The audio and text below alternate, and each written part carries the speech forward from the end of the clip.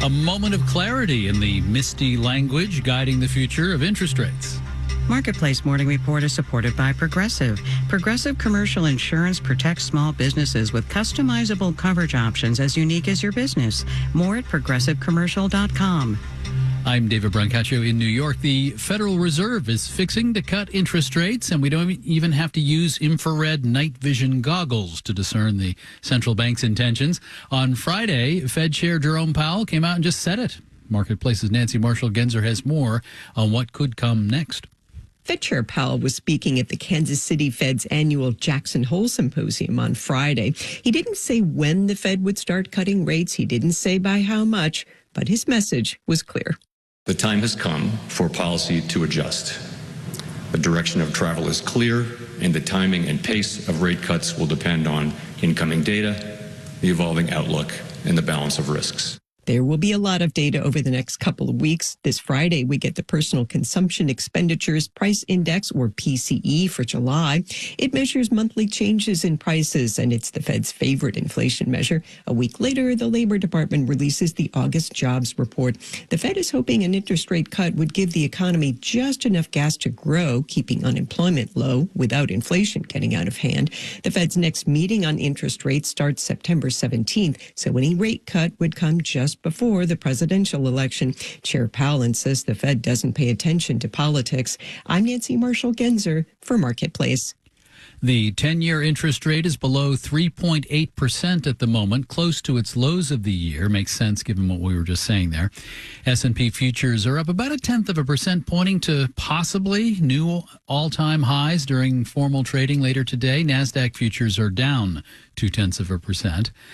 Updated COVID vaccines have been approved by the FDA as the mutating virus keeps at it. While these vaccines continue to be free for people with insurance, many uninsured adults will have to pay since a federal program is winding down.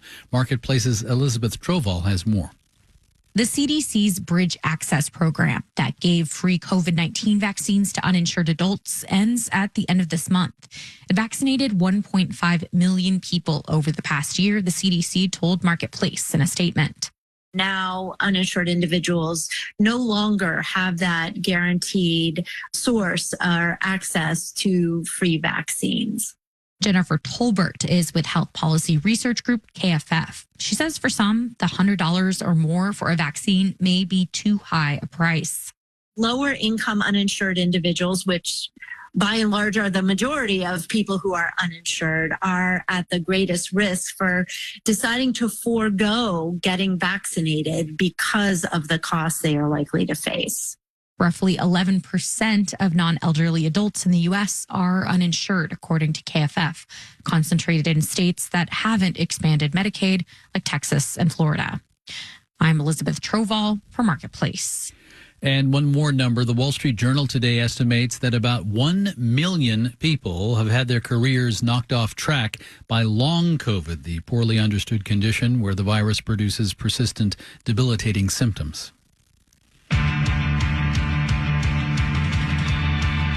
Marketplace Morning Report is supported by OneStream, the enterprise finance platform that unifies financial and operational data using the power of AI, helping businesses forecast faster and more accurately at onestream.com.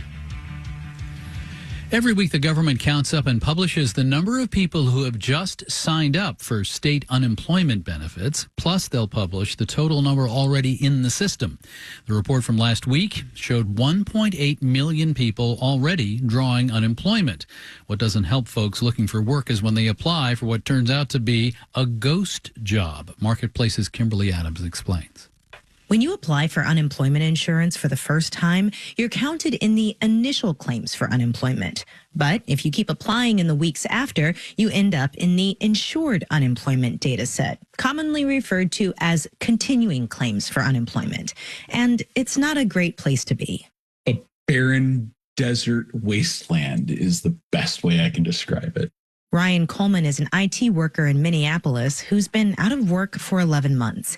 He estimates he's put in more than 1,000 applications at this point, only had 5 interviews, and no real prospects.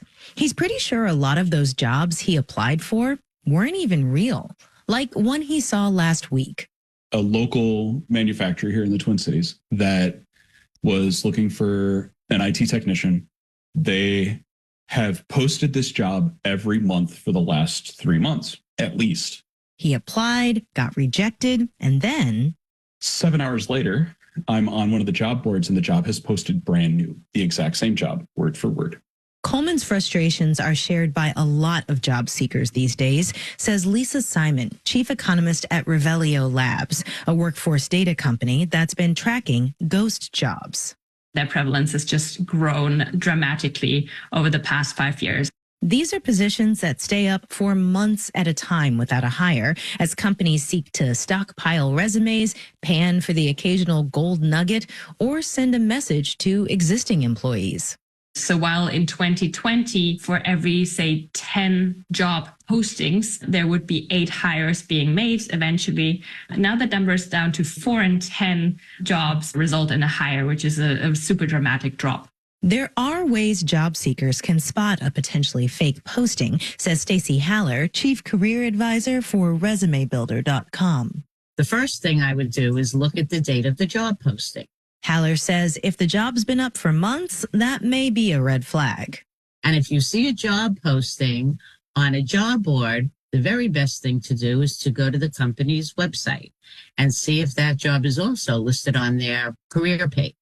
And, says Haller, you can always reach out directly to HR at the prospect company to ask them if that dream job is real. In Washington, I'm Kimberly Adams for Marketplace. And you can totally ignore your boss nights and weekends. It is the law in Australia starting today. Under that country's right to disconnect law, Australians can no longer be punished for not responding to work emails or telephone calls from work after hours. A 2023 survey finds the average Australian works more than 280 hours a year of unpaid overtime. That's close to 3 unpaid days a month. An Australian industry group says the law is vague and will slow the economy. The decision to not respond has to be reasonable under the new law. In New York, I'm David Brancaccio. This is the Marketplace Morning Report, and we are from APM, American Public Media.